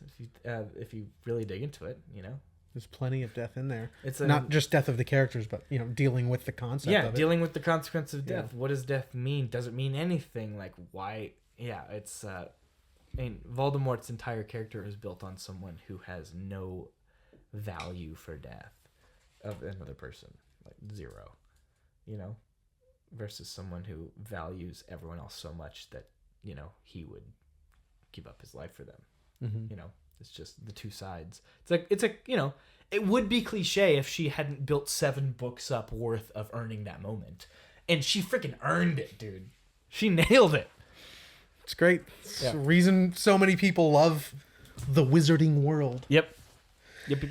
Well, we've talked quite a bit about it. It is generally a pretty good game. Not something that either of us will go back to anytime soon. Yeah. Or you probably won't ever go back to it. Probably not. I might see Sebastian's story through, but what it is doing, it's doing well, competently, and it is a great introduction to just the breadth of modern gaming. I think it's a bit of an achievement. There's some technical difficulties, as there is with any modern AAA game, except for maybe a Sony first-party game. Aside from that, everyone has a litany more problems than Hogwarts Legacy did. At least what I experienced on PS5. Yeah. I don't know how they're going to get it to run on Switch, though. That's silly. Insane. I don't believe it. We'll see. Maybe it'll be a cloud game. It will have to be. Also, how does that work? Like playing games online on the Switch is terrible. How is there cloud gaming on the Switch? Yeah, that's wild. I wonder how it works. Yeah, you need a pretty strong download speed to play a cloud game well. You know? It's well, Hogwarts Legacy. You're either going to play it or you're not. You don't need us to tell you that. That's a fact. Yeah. It's literally the only... You cannot get out of that binary. That just is it. I suppose you're right. You either will play it or you won't. That's just like... What I mean is you've already made up your mind. We're a little late to the conversation anyway. But I think it's pretty good. If you're going to introduce someone to games, this is a great way to do that. Like I had someone ask me for a few recommendations for games. He just wanted to try out games for the first time. This was a few years ago. And someone at work, Star Wars? Someone at work was sort of jumped into that conversation and recommended Red Dead Redemption 2 as their first video game. Oof, no. So stupid, dude. That's so dumb. It's not even like a good example of what other games are like. It is unto itself. Yeah. You know? This is a great first video game. This Jedi Fallen Order, you know, there's a couple just like these check the modern game boxes. And do all of that pretty well. Yep. Yeah, Yep. This and Star Wars, they tackle different things, different aspects of modern gaming. Definitely, well. but So, I think they check those boxes really well. Yeah, interesting. Both of those. Yeah. As two. I would put Jedi Fallen Order exactly here. I would prefer it a little more, as Star Wars is definitely more of my thing than Harry Potter, but that's the only delimiter. Like otherwise, these both do the things they set out to do as well as each other. They have minimal depth. They put all their heart into the detail. Dude, the Jedi Fallen Order is so authentic to the sound of Star Wars. Really? It slicing through anything. I could just sit there for hours and listen to that lightsaber slice through. And like the sparks, the little burn marks on the stormtroopers. It's equivalent. I think these games are totally comparable. Yeah, that's interesting. Those two as first video games. You get a nice bridge if you like the property already, you know, it's already there. Yeah. And again, they're doing different things. They're offering the full package of modern gaming with these two games. Because you've got the sort of Metroidvania aspects of, the item gating in Star Wars. Some Souls design. The more personal combat. The Souls design. Yeah, I think that's interesting. Well, anyway, Hogwarts Legacy, we've talked a lot about it. Let's move on to what we've been playing. Zach. Oh, am I starting? No. Okay. You're not. I'm starting with Grindstone. Though I have the Switch copy here, I have been playing on Apple Arcade. It is sort of Match 3 adjacent. I've been playing a lot of Match 3 games, which I'm going to talk about eventually. It's really come to a crawl. But I've been exploring that genre, which is weird to say. And until you literally brought it up a few months ago, I would have never thought about them as their own thing. Oh, they are. And then you showed me how many there are. Yeah. And I was like, oh, it's not just Candy Crush. No. And there's a wide variety of different ways to play. Some that I prefer more than the Evil typical Within 2's Match 3. What is going on? Oh, that is the little arcade shooter. Yeah, that is a kind like Match 3 adjacent. Yeah. In fact, I played one. In that long list of Match 3 games I'm playing, there's one just like that. Just aiming, dude. Yeah, that is a Match 3 adjacent sort of game. This one is one of those sort of games where you're lining up. Instead of moving a piece to line up 3 to 5 pieces, you're tracing a line through as big of a collection as you can. So you might get a combo of 5 or you might get a combo of 40 on this big grid. And instead of gems here, they are little creepy monsters. The theme here, it's a full-fledged video game. There's a lot going on. There is probably like 200 or so levels. I think there's 8 levels, each with 20 or so, 8 worlds with 20 or so levels in them. And then each one has a secret world you can delve down into with 10 pretty hard levels. There's this daily grind with new puzzles and a certain build that you have to try to use. And And it's all this like really silly, like modern Cartoon Network aesthetic. You're George, Jorj, this giant, beefy blue ogre guy. Incredible. Yeah, and you're going up Grindstone Mountain. You're doing the daily grind, and you just hack through huge waves of enemies by tracing lines through them. And then once you clear that, they all fall, and new ones fall in, and now there's new colors. There are strong enemies where you might have to trace a certain number, like the basic big enemy is 10, so I have to have a combo of a minimum of 10 to get through him. And then there's items you can equip. Every other turn, some of the enemies will attack, and you've got 3 health. You can go back and refill. You can go back to the bar where you start to equip new items, build new items and things. Eventually, you can go back home for the day, and your wife is training your little kid how to train, and you need to show him, like, these are weekly challenges. It's so you just have to do a thing within a week. Typically, they're pretty hard. Is your kid's name Weekly? No. Weekly? No.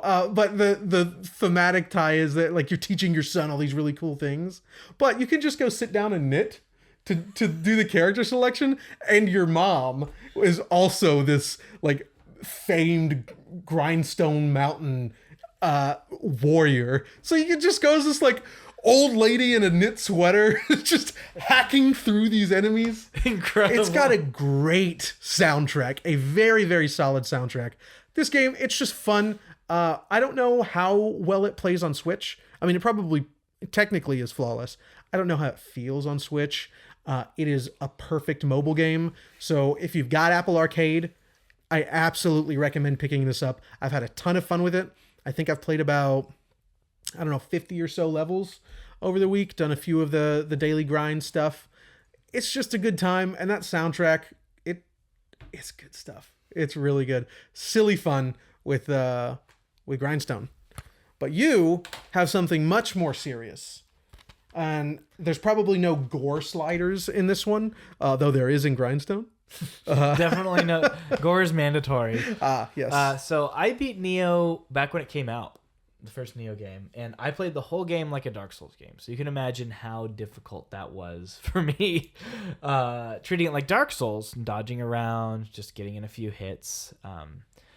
This game is about aggression, and that didn't compute for me. I just didn't get it. I made through the whole game playing it like a Dark Souls game. Well, it was sort of billed as that. I don't know if it was billed as that. I think that's how everybody that's how everybody talked about it, right? Yeah. And so because it came out, right after Dark Souls, Dark Souls 3, I think, because it was 2017, wasn't it? Oh, maybe. I think it was 2017, and so okay. I think I don't remember. Nioh 2 is 2019, and so it's immediately it's obvious that these guys are action game developers first, right? Let me go back. So I played Ninja Gaiden late last year. I loved them. I then booted this up, we talked about it last time, but RPG mechanics kind of taking over a lot of action games. It's a kind of an easier scaling method than just pure skill. It's harder to measure out because it varies so much for every player. And, how do we make a skill like gate versus an RPG gate? Okay, make sure they know how to make the right build and they're at the right level. It's much easier. But I decided, okay, let me just go play Nioh 2. It's from the guys who made Ninja Gaiden. And I started approaching it more like a Ninja Gaiden game. Not considering build really that much. It'll become important later, I'm sure, but I'm not considering build that much. I'm just going in with the skill trees and engaging with the systems. I'm going with the Karasugama and the Switchblade. It's like this scythe that you can it's like a Bloodborne scythe, basically. Okay. It's freaking awesome. But you can, there's like these, countering is not a big thing in Nioh, but there is some weapons have a counter move that has a very tight window and only certain attacks will actually work with it, but it just literally downs the enemy immediately. It's super good. For those that don't know, in both Neo games. Neo 2 is the one I'm playing, but it is really just more Neo 1 and better. That's it. Okay. So if I were to play 1, I should just play... You should play Neo 1. Play Neo 2? You should play Neo 1. Oh, really? Yeah, it is... I had to go to a guide because I'd forgotten so much from Neo 1, and there's so much implied knowledge in this game. Oh, okay. A lot of implied knowledge. 1 does a much better job of teaching how to play. So there's a couple things that actually prefer to Dark Souls from the Souls-like design. I'll get to that in a second. The action design is what I care about, right? Of course. So the action design is fantastic here. So again, you have a little counter. All of your moves have high stance, mid stance, and low stance. Unlike Ninja Gaiden, you do have a stamina bar, but anytime you finish a combo, you have the opportunity to perform a key pulse by pressing R1. And what this does is the bar will fill back up pretty fast. It's the same timing no matter how much you depleted. And if you get depending on how long you wait, if you do it immediately, you'll just get a little bit of stamina back. If you do it all the way, you'll get all your stamina back. If R1 is also how you switch stances, R1 and a face button, if you switch stance at just the right moment, you'll get a bonus amount back. You'll have more than what you started with if you do this. So you're switching between stances. The goal is to keep your combo up with this key pulse mechanic. It can get pretty tough. There are some late game skill unlocks that let you mid combo weapon switch and get your key back in the middle of that. So you're stance switching, weapon switching, and trying to maintain your stamina by this key pulse mechanic. So you want to finish your attack. If you just dodge out of the way immediately, your stamina will just keep going down. You won't be able to get it back because once you finish a combo and you dodge, you lose the opportunity to get that key pulse on your combo. Now you only have the key pulse for your dodge. Or I don't think dodges have key pulses. I think it's just combos. But anyway, so there's a rhythm to it. You have to be able to know where the enemies are, what they're doing. You have to go in. But every enemy, bosses included, also have a key bar. And so if they take a couple big swings, you can go in and deplete the key bar. If they're blocking, just like you, if you're blocking, your key bar will go down. And especially if you're using these big, huge, high stance damaging moves. High stance is super slow, heavy damage. Mid stance is balanced with better blocking. Low stance is low damage with way better dodging. So your stances influence your defensive options as well. So as you're stance switching, you have to think about which one you're going into if you're about to have to dodge or have to, block. There's a lot going on here from an action perspective that, I haven't talked about the RPG at all yet. Like, this is all just managing the fight in front of you. And unlike Dark Souls, which rewards you for patient, opportunistic looking for windows, right? Looking for the right windows, learning the pace of the particular battle. This one encourages you to break the enemy's pace by just being hyper aggressive at the right moment. Play around them, wait for just the right moment, maybe, or make the right moment with a counter or a right, some sort of aggressive option, and then come in and just eat their stamina bar. Because when it goes all the way down, then you can do like a killing blow that does a bunch of damage. So it sounds a little bit like Dark Souls by way of Sekiro? Yeah, so it does have a lot more Sekiro to it. Absolutely. And it's definitely not as action game as Sekiro because there are still a lot of RPG mechanics if you don't have the right It's still gear. doing Dark Souls, but it sounds like it took a lot from... Yeah, if a player wanted to like Dark Sekiro. Souls more than they did, but they weren't impressed with the combat, this is the game that's for you. Like, that's it. They really are an action game developer still. And they could have just relied more on the Dark Souls formula and just gone for a good build design and stuff like that. But they didn't. They kept the high bar requirement for action in their game. And I really appreciate that. I'm really impressed with what they're doing. Wo Long is coming out in a week or something like that. And on the 2nd. Yeah, it's really close. And you can pre-install it right now. That's their take on Sekiro, Like they're gonna try their own version of Sekiro now instead of their own take on Dark I might boot Souls. it up. It looks the screenshots look amazing. It's very pretty. It's these Chinese I think it's Chinese mythology stories kind of based design. Yeah. It's going to be really good, but fantastic stuff. I also should mention that it has a couple improvements on the Souls side of things. So in Dark Souls, I usually never use any of my items. Like, I don't want to waste them. I don't want to apply fire to my blade and waste it, right? I die and now I I'm one item down. In this game, as you start using ninjutsu or magic, those are the two options. The more you use it, the more that skill tree increases. The more it increases, the more you can build at shrines, the rest spots, the bonfires. Those come back every time you rest. And you can allot how much of each. So, for example, in my ninjutsu, let's say I have a budget of 12. One shuriken takes up 1. Poison application of the blade takes up 3. Whatever. So I can mix and match whatever I have from my skill tree available. I like the way that sounds. And yeah, it's really good. So you get your own kit, and you can switch it up based on where you are. Maybe you're in a place that, it's going to be better to have more like the ninjutsu that shoots lightning or whatever. So, you have a little talisman you can like, whoosh, make disappear, and lightning shoots at the enemies or whatever. Does the first one do this? Yes, the first one does this as well. Okay.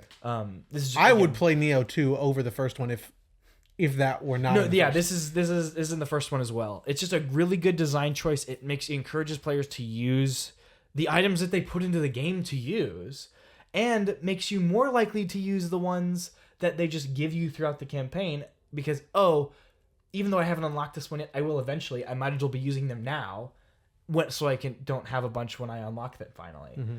It solves a lot of that problem, and you need every advantage you can get.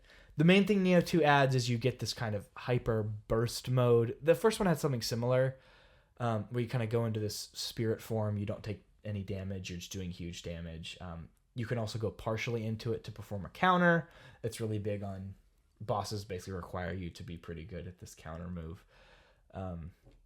And then you can also summon spirits. You can it's part of the RNG drop mechanic of items and armor and stuff. They can drop their souls, like the demons can drop their souls, and you can take it and summon them.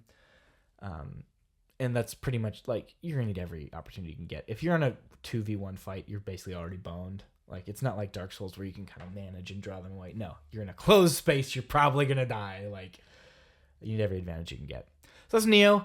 I'm very impressed. I will not be finishing it. It's 50 hours long. I really want to finish it, but I won't. I'll put it down for now. I will come back to it. But it has given me a renewed hope, alongside thinking of things like Tsushima and, Werewolf and all these, games that they're still... Gungrave got a sequel? Come on, people. That's amazing. I have a little bit more hope. Not as much as the 7th gen, but I have a little more hope. All right. Well, glad you got to play it and you're enjoying it.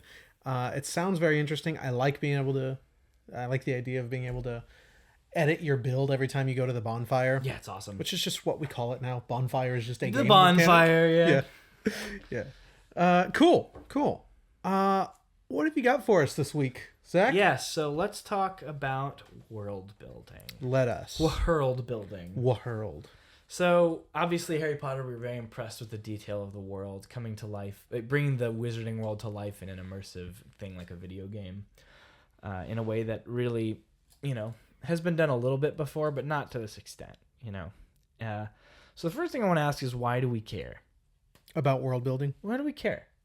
It's a weird thing, if you think about it. I want to make this fictional reality that has believable set of rules, not realistic set of rules, believable set of rules, consistent set of rules, these things that everything abides by. And that's why we always feel so cheated. If, one of the big twists or something is to go, well, and then I'm going to do this huge thing that we never kind of set up for you in the world. There's unprecedented until now. Versus something like the end of Wheel of Time, no spoilers, don't worry, where you realize what happened. You're like, because all the pieces were there, and you could have reached that conclusion. It's like a mystery, Why do we care? I think, I don't know. I have not thought about this too much. We sort of forgot about the topic until earlier today, but I do wonder if it has to do with just sort of sensibilities of so much of modern entertainment. So many people play video games, and I would not have thought about world building the way it is today without video games. Does Lord of the Rings take as much time as some modern, young adult novel to build its world? Or does it just go and its world is built as you walk through it? It has 2 heavy exposition chapters, but the rest is kind of built as you walk through it. Yeah, because it has the Gandalf's chat with Frodo about what's going on. Yeah, that's and that's a pretty short chapter. Like then the longest chapter in the whole series is the Rivendell Council, and that's all world building. I wonder. In fact, that's the chapter I skip when I reread, because it's just world building. Like I know this, I don't need this. I'm skipping it. I wonder if it's the fact that we have now more time than any generation to consume media. And when we like something, we want to continually consume that thing. And I think world building allows for that. Interesting. I've kind of thought about it in the context of myths. Like going back, like why do we make myths? The question, like how much did the Greeks actually believe that Zeus was sitting on Olympus? Probably not a whole lot of them. Did you ever watch that YouTube video I sent you about that question? Yeah, that's probably why I'm thinking of it. Yeah, I didn't. It's still in my my feed. And even if they did or didn't, it doesn't matter because their myths were a reflection of and continued to inform the way that they lived, not their world built, but their world view, right? Like these gods and these stories came out of how they believed and what they felt and how they thought about the world. A very fickle, place.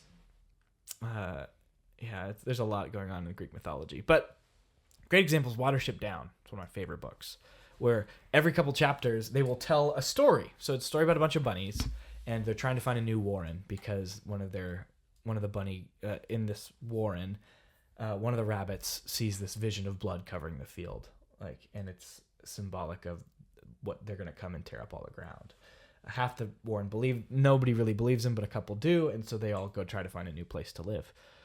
Throughout this journey, they tell stories of El Arara. I'm sure I'm pronouncing it wrong, but basically the chief rabbit, the first rabbit, and how he got his speed and how he got his, classic Aesop's fables kind of fairy tale stuff. How did our world, why are we the way they are, and it's funny because he'll tell the story and then you will see how that story informs the way the characters behave.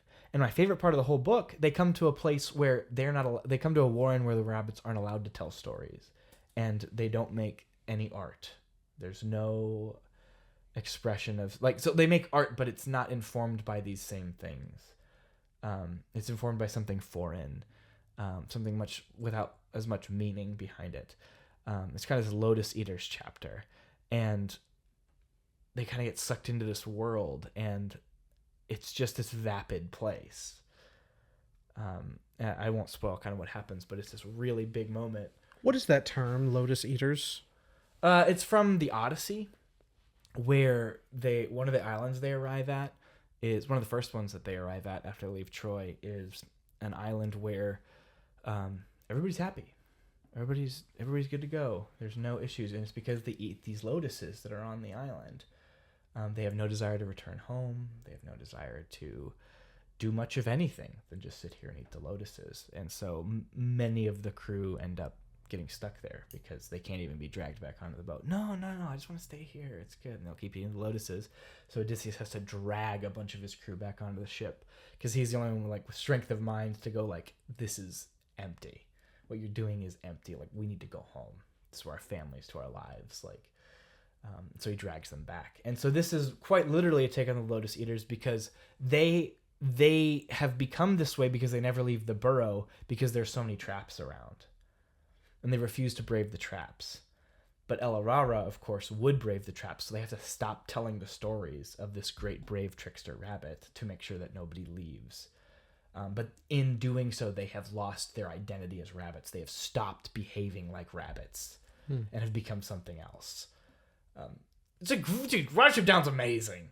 But all that to say, I do think that world building comes from a place of wanting to characterize the way that we already think about the world in a tangible way. Fantasy, science fiction, is speculative. It takes what would happen if we were like this, or in a place like this, or AI was like this. And many modern fantasy novels read more like that. What would happen if the world worked like this? And they explore that. Tolkien and old fantasy is not like that. It is, here is what is rooted in this world. Here is what is true about reality. You know, things like the ring and greed and all these things, right? These base things. And the world grows out of the realities that are already present. That's what a fairy tale does, right? A fairy tale informs us directly because it is growing out of a reality that's already present that we may or may not know. For example, in Tolkien, one of my favorites being the ring wraiths, right? The ring wraiths are very obviously a realization of the hollowing of continual need for power, right? That's that hollowing. It's not just a symbol. It's literally a physical calcification of a reality in our world, right? Made manifest in a fantastic way. That honestly rings more real than finding it in the real world sometimes, just because it's good. There's a lot of moments like that in Lord of the Rings specifically.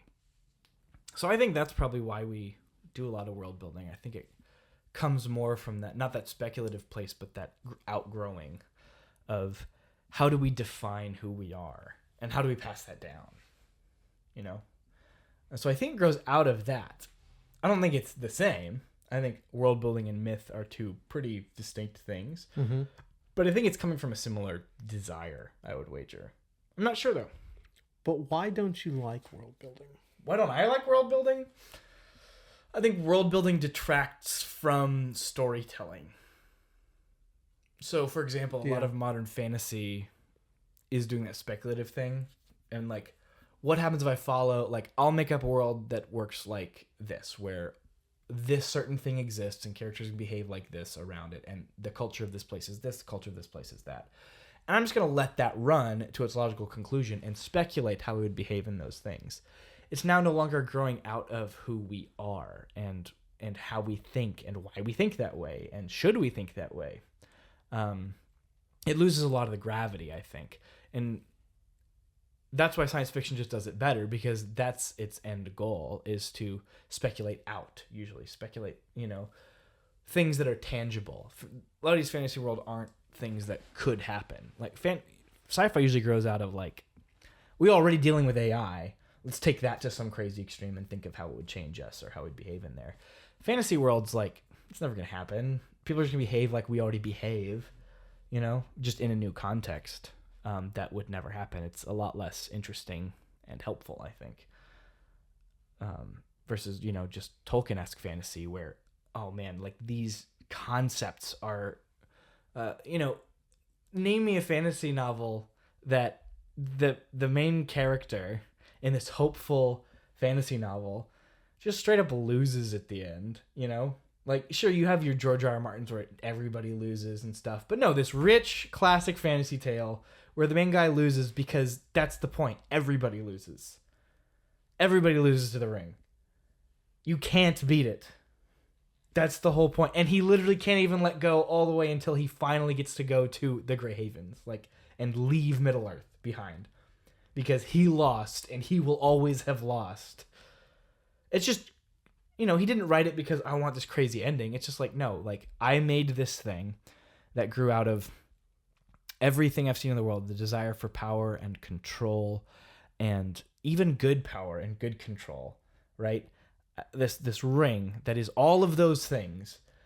Can I realistically make any character give it up? Even one who grew up in the Shire and who loves the Shire and who's the purest of the pure, who was the right choice to take the ring. I think the books do a way better job of showing. Frodo is Sam is not ready yet when he's in Rivendell to take the ring. He's ready by the end, but he's not ready yet. And so Frodo takes this thing, and even the perfect, pure, I only desire a simple, humble life, can't let it go.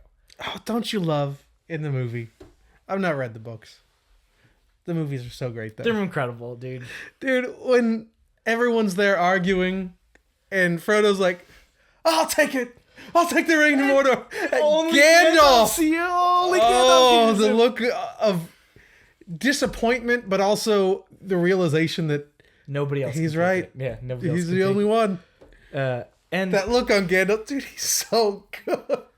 I love Gandalf so much, and dude. you can always tell. You can always tell when someone comes from kind of this older school idea of thinking fantasy and new school. Because I can't tell you how many times on Reddit I've seen questions on Tolkien forums like going, "Oh, but like, well, why didn't Gandalf take the ring? Like, he could have done this, this, and this," and speculating it out. And why you know? Well, what was Gollum's mother's name? And like all these like really bizarre, obscure left field questions, and to fill out the world more. And you can tell that they're missing the point, right? They're missing the point. They're like, well, Gandalf could have just taken the ring and used it and been okay because he's Gandalf and he's good.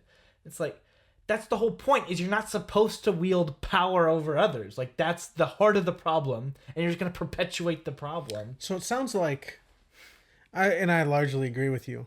You might be saying that world building is pretty shallow. Yeah.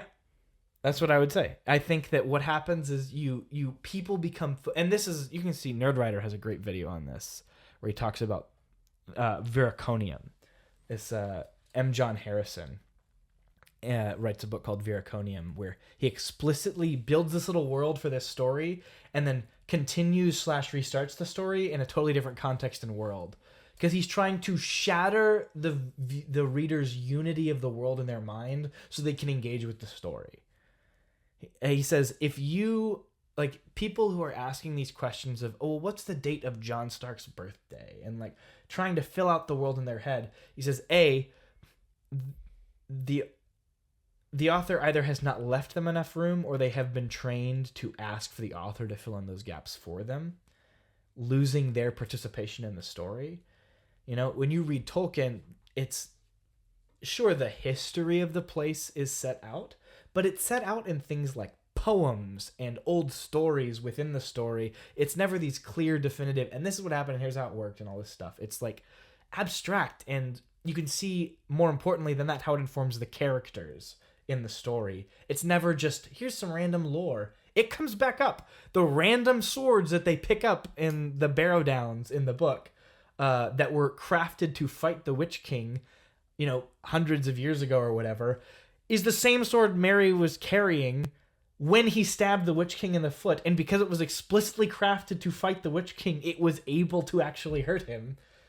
Right? The weight of all those past stories. Like, it's not this abstract thing that's just there to fill out the world. It's relevant and pertinent to the thing happening right there, to help you read it. I like what you mentioned just a moment ago. Nerdwriter saying the author hasn't left you enough room, or you've been trained to feel this way. And he says, and like, yeah, trained to what? Not engage with emotion? I think trained to ask for things to be filled in for you, for the world to be filled out for you, for beliefs and ideas. He says there is no difference between an author world building and Coke world building. What? Like Coca-Cola. Like, they are building a brand in your mind, an idea. They're planting a way for you to interact and think about the world in your mind when they're making these advertisements. And if you are reading books that you only want the author to tell you how the world works and how to fill in these gaps and to feed it to you, when you're not bringing something of yourself into the story and engaging with it, you're just readying yourself to receive whatever these advertisers want to pour into you. I think it's a really interesting analysis of the problem of world building. Is I don't believe that people who want the world to be filled out are inherently this way. I should say that. These authors are really creative. I want to see what they have to do.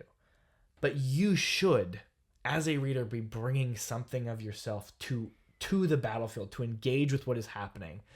Because if you don't, you're not leaving with anything. You're not growing. You're not engaged.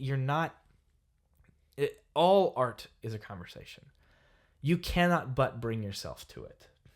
So are you going to bring yourself and lie down? Or are you going to bring yourself and rush forward? You know? And I think you can bring too much of yourself. Like people who take whatever interpretation they want out of anything they read. You know? That's not right either. You should respect the work enough to engage with it, and respect yourself enough to bring something to it and bang your head against it. That's why Moby Dick is eternal, because it is so many huge ideas, this author wrestling with all these things and not giving any clear answers, that leaves so much room for people to bring themselves in and battle bang their head against whatever the white whale is. Like, I don't have a definitive answer for what the white whale is to me, but I can feel it when I read it. I know it. I feel it in my spine, you know?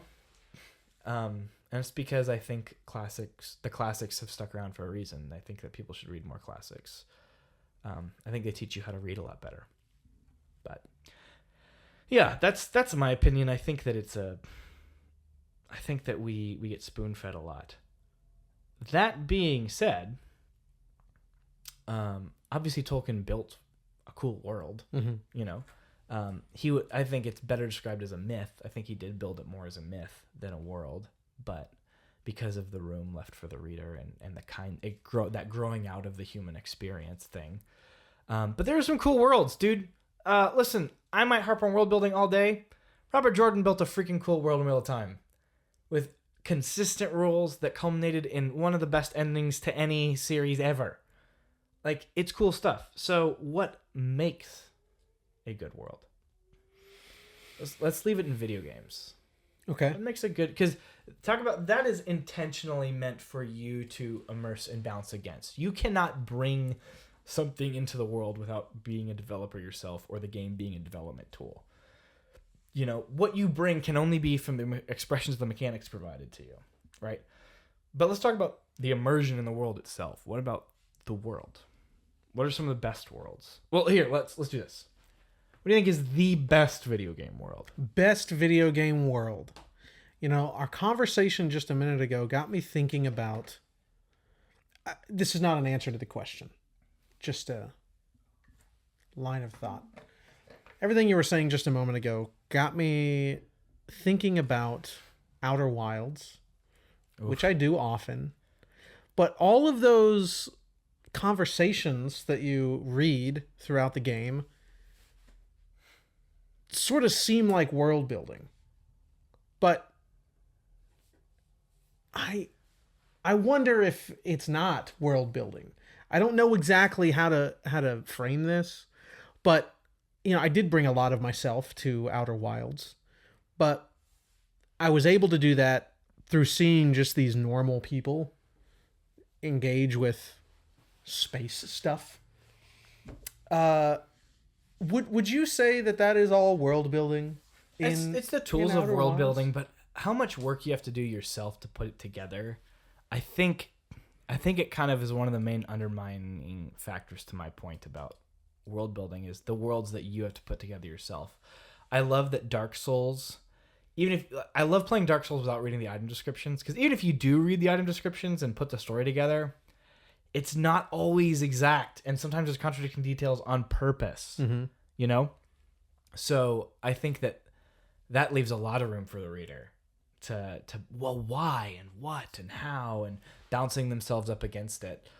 I think Outer Wilds is something similar, where you are given the pieces and have to put it together yourself, and how you put that together is on you to a large extent. The facts will remain the same. You won't fill in the gaps with something fresh necessarily, but as you're putting it together, you will speculate, well, what if that's this? Oh, no, I found this other piece. It's actually this. I still think it is a healthy exercise of world building. I think of Gene Wolfe. The second time I brought him up, he's my favorite sci-fi author of all time. I love him to death. He's amazing, and he does that all the time. He's kind of this... In fact, people who play Dark Souls, when they're asked for book recommendations, a lot of people who read Red Wolf will recommend Wolf, because he is a put the pieces together, the disparate things, and he leaves it vague and contradictory, and you have to fashion this world for yourself. So I think that is kind of it's a definitely more reader/player focused world building still. Okay. Because of the puzzle element of it. So, best video game world. That is a big question. Now, we're going to keep this to video games, not video game properties, not just like, you know, Hogwarts. Sure. Okay. But I mean, that implementation of Hogwarts is very strong. is pretty awesome. I do really like being in the Forbidden Land of Shadow of the Colossus. The whole space has a purpose, and each space within that space, towers of meaning without definition. Yeah, you know, there's something awesome about being there. It's brilliant. That's up good there answer. For me. I think Hollow Nest. I really love Hollow Nest, dude. I think Red Dead 2 and The Witcher 3 obviously need the nods. Mm-hmm. What they do for world building that's different than a lot of games is they fill out the spaces. So like the way The Witcher fills it out is with its characters. You have a couple core anchored characters that you kind of get pulled along with throughout the story, and even the minor characters, there's a story happening everywhere, and if you're looking for it, like, you just want more of what is being told to you. Everything has every side quest has depth and relates to the central theme of the game. It's really good. Red Dead just is full of so many things, like so many life, things, and you can like that robot. I want to like the Iron Giant is in that game somewhere. Yeah, I want to. There's a ghost. You can encounter a ghost. Like, I mean, it's not just full of things to do. It is full of crazy, unique encounters all throughout that world. And you have to live in it. You have to inhabit it. You have to wash your horse and do all the things. Like, it grounds you in it. It uses its mechanics to make sure that you're hooked. Some well-realized worlds. As much as I love exploring Breath of the Wild, that version of Hyrule, there's something so deliberate about every little piece of both Termina and Breath of the Wild's world is a game. Like, Red Dead is not, like, a lot of those world elements aren't games. Like aren't gamey things that you do. A lot of Witcher 3 is more story driven. There's some gamey things you do to complete that story.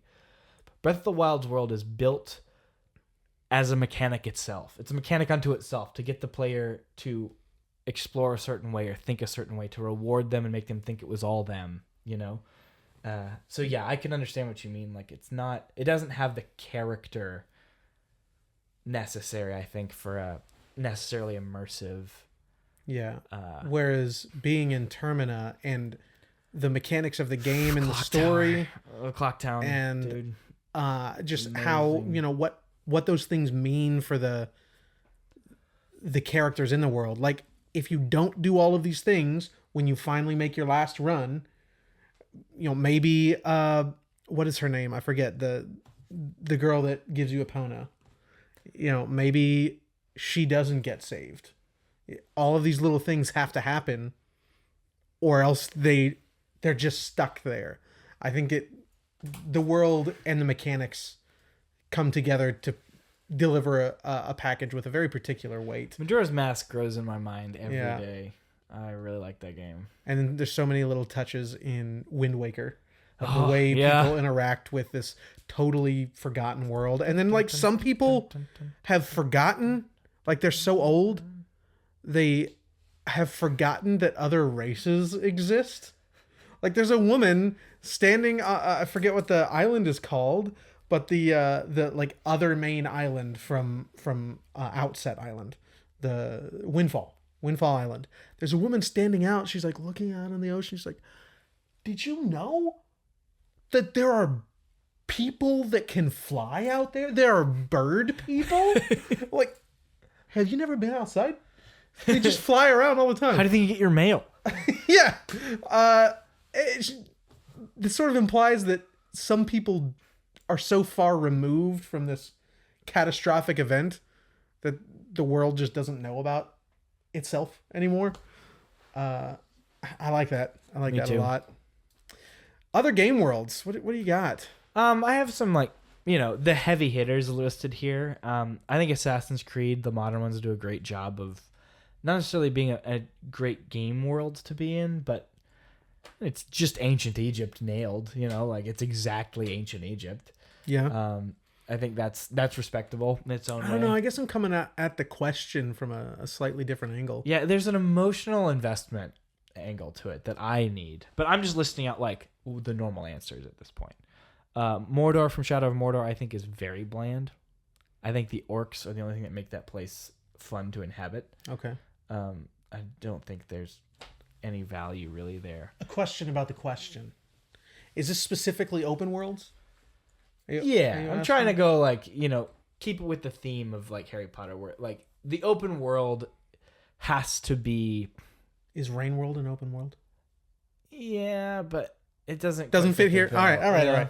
But yeah, like, those count, sure. They are world building. Not what you're looking for. But like I'm talking more like just in the context of an open world game as like where you are intended to just inhabit it from time to time. Rain World, you're always exploring, you're always doing something. Like, open world games, sometimes you're just wandering. Mm-hmm. Like, you're meant to just inhabit this place in a sense. Red Dead 2, you literally have to inhabit the place. Yeah. Okay. Kind of coming out through there, but yes, obviously all the other things have world building to them. Skyrim's a pretty common answer. Yeah. We all remember our first time in Skyrim. I do, dude. I still remember launch night. Oh yeah, it was a little long. Standing outside, just hanging out for hours, waiting for Skyrim. And then we all just go our separate ways. Do you think we can have an open world game like that anymore? Like, is that just too old now? What do you mean? An event like that? No. An open world game like Skyrim, where that does design in a similar way. Like, how much are they gonna have to change up Elder Scrolls 6 to make it a game that people are gonna want to play? Because people keep playing Skyrim because of what they've made it into, not because of what Skyrim is anymore. Like, how many people still play through just vanilla Skyrim these days? Probably a lot more than I expect, but I bet you it's not people who play a lot of other modern games. I could be wrong. I don't know. Why couldn't we have another I don't know. game like that? Like, exactly like that, like the same structure, just a different world. Elder Scrolls 6? That's what I mean. Like, is Elder Scrolls 6 just going to be Skyrim pasted onto another world? Or, like, I don't know if I'd play that game. No. But it'll feel I'm sure it will have many modern sensibilities, but I guess I'm not understanding the question of why we or could we ever have another open world like that? I mean like the mechanics of Skyrim, the way that Skyrim presents its open world, the way the player interacts with it, the way the quests are doled out, the way that magic and combat works. I'm talking about what Skyrim is. Yeah, I have a feeling Elder Scrolls 6 will be like that, just feel better. Better first-person combat, better magic, better crafting. They're not going to go back like to that. A complex upgrade tree. No. I don't know. I don't know. Should. Starfield, I think from what I've seen, is a little more involved. And I think gaming has come a long way since 2011, and there are so many more people playing games that have become acclimated to games now. I think it could get more involved. Fallout. Obviously, a lot of people. My wife loves Fallout. She can tell you every little bit of trivia about Fallout. GTA 5. It's a pretty beloved open world. San Andreas, all those places. Well, then, if for these kind of open worlds, my favorite's going to be Tsushima. I really loved being there. You don't have to engage with the world like you do in something like Red Dead Redemption or Grand Theft Auto, though there's nothing else like those. As you mentioned, that's sort of set apart. So if you're including things like Assassin's Creed in here, my favorite's going to be Tsushima. I don't think anything is as beautiful as maybe Red Dead Redemption 2, which I've not played, but Tsushima is the most beautiful game world I've been in. I enjoyed playing it. There was not much to do in the world, like Assassin's Creed. You're sure going out to get some resources to craft a better weapon or something maybe, but you're not having to, do your laundry and, groom your horse and comb your beard. You don't have to do all that stuff. So you don't have to do it in real life either. You just probably should. Yeah. Yeah. So with that in mind, it's going to be Ghost of Tsushima. Yeah. I think Red Dead for me, if we're just talking about the world itself, I love Westerns so much. One day I'll play that game. Dude, it's so good. I'll play it with you. It's just a blast. And just great storytelling. It's one of my favorite Westerns. I feel like it's going to have to be we're going to have to take a break like we did for... I put 75 hours. That's a lot. I took a big break right in the middle. Because there's one part of Red Dead 2 that I just don't like. There's this lull right in the middle. It only lasts a few hours, but it was enough for me to go like, okay, I need to take a break. I wonder how it performs on PS5. Because I wonder if the place... Because there is no, modern gen update. I wonder if the PlayStation 4 Pro update uncaps the frame rate. In which case, putting it in a PS5 would just make it better. Instead of it being like 4K 30 capped. Sure. I do wonder how it plays.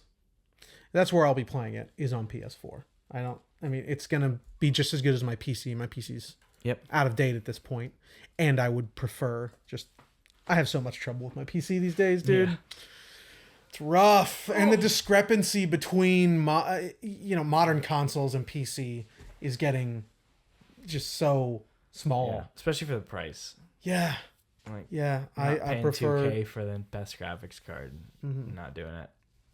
Yeah. Well, we've talked a lot about Harry Potter and open worlds. I think we are coming to an end. So, folks, thank you for sticking around. If you have, for this 2 hours now, do check out the description below. Zach will link that Nerdwriter video. We've talked about Nerdwriter quite a few times on this show, I think. We like him a lot. He's got a pretty unique channel. So check him out in general, but we'll link that video about something with a V that you said. It's just a world building video. Okay. But Vera Conan. I'm going to watch it. I've not seen that one yet. But also find in the description a link to our Discord page, our Discord server, rather. Come chat about games. Come chat about, just open world games that you like. Give us some recommendations of interesting worlds to explore.